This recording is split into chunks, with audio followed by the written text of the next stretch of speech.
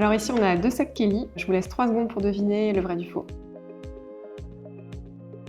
Et donc le vrai, c'est celui-ci. Bonjour, je suis Lucille Besse, je suis experte en maroquinerie de luxe chez Katawiki. Donc aujourd'hui, on va regarder 2 sacs, Kelly, un vrai et un faux, et je vais essayer de vous donner quelques tips sur l'authentification. C'est une maison qui existe depuis la fin du 19e siècle, et le sac Kelly, plus particulièrement, il a été créé au début des années 50, en 1954, pour un film qui a été tourné avec Grace Kelly, un film avec Albert Hitchcock. Et en fait, elle a gardé ce sac et elle l'a porté en sortant de l'avion et en cachant son ventre. Elle était enceinte et c'est devenu un sac iconique de cette grande maison de luxe. Alors je dirais ce qui saute aux yeux en premier, c'est peut-être l'aspect du sac extérieur, c'est-à-dire la couleur du cuir. Vous avez un sac d'un côté qui va avoir un aspect plus naturel et l'autre qui a un aspect un peu rigide et brillant. Et je pense que le détail qui est le plus souvent négligé, ça va être celui des gravures. Donc il faut savoir que dans les grandes maisons de luxe, les gravures, elles sont faites à la main sur les parties métalliques et que dans les contrefaçons, elles vont être faites au laser. Mais il faut pas oublier que les contrefacteurs, ils vont tout imiter jusqu'au même au poinçon de métal doré, qui est le petit poinçon carré qui se situe à côté. Je trouve que c'est un bon indice pour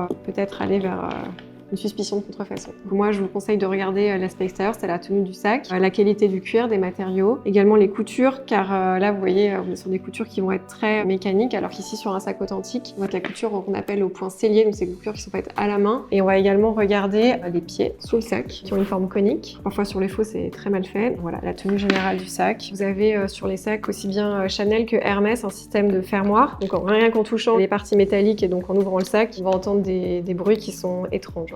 Un vrai Kelly actuellement en boutique, on va tourner autour de 8 à 10 000 euros pour, on va dire, les Kelly d'entrée de gamme. Et après, on peut aller jusqu'à 20 ou 45 000 euros pour des sacs avec des commandes spéciales selon les coloris, les finitions. Si le sac est neuf et pas porté, on peut aller même plus cher que le prix boutique, c'est-à-dire autour de 12-15 000 euros pour un sac Kelly en parfait état, d'une couleur assez recherché. Et sur une contrefaçon, ça peut être plusieurs milliers d'euros parce qu'on est quand même sur un travail qui a demandé du temps, même si c'est une contrefaçon. Ils vont pas hésiter à la mettre de beau cuir, des finitions qui sont quand même assez qualitatives parce qu'en fait derrière il y a un produit qui vaut quand même plusieurs milliers d'euros, alors pas 8 à 10 000 euros, mais peut-être que la personne l'a acheté 1000 ou 2000 euros. Alors la puce NFC, c'est un nouveau système de contrôle des sacs et de suivi des sacs qu'ont créé les 3 grandes maisons françaises, donc Chanel, Hermès et Vuitton, mais on en retrouve également dans d'autres concurrents. Donc c'est un système qui permet de connaître avec le système de la blockchain tout l'historique du sac, sa date de création, sa date de mise en vente et d'achat. Ça permet un meilleur tracé. Malheureusement, on voit que même les contrefacteurs commencent à mettre des puces NFC dans les sacs. Donc c'est assez compliqué. C'est pour ça qu'il faut bien savoir authentifier un sac autrement qu'en scannant une puce, car c'est pas ça qui garantira la provenance du sac. Et vraiment faire attention, on va dire, aux annonces de particuliers, ce que vous pouvez trouver sur les réseaux sociaux, et de peut-être pas se lancer tout seul comme ça.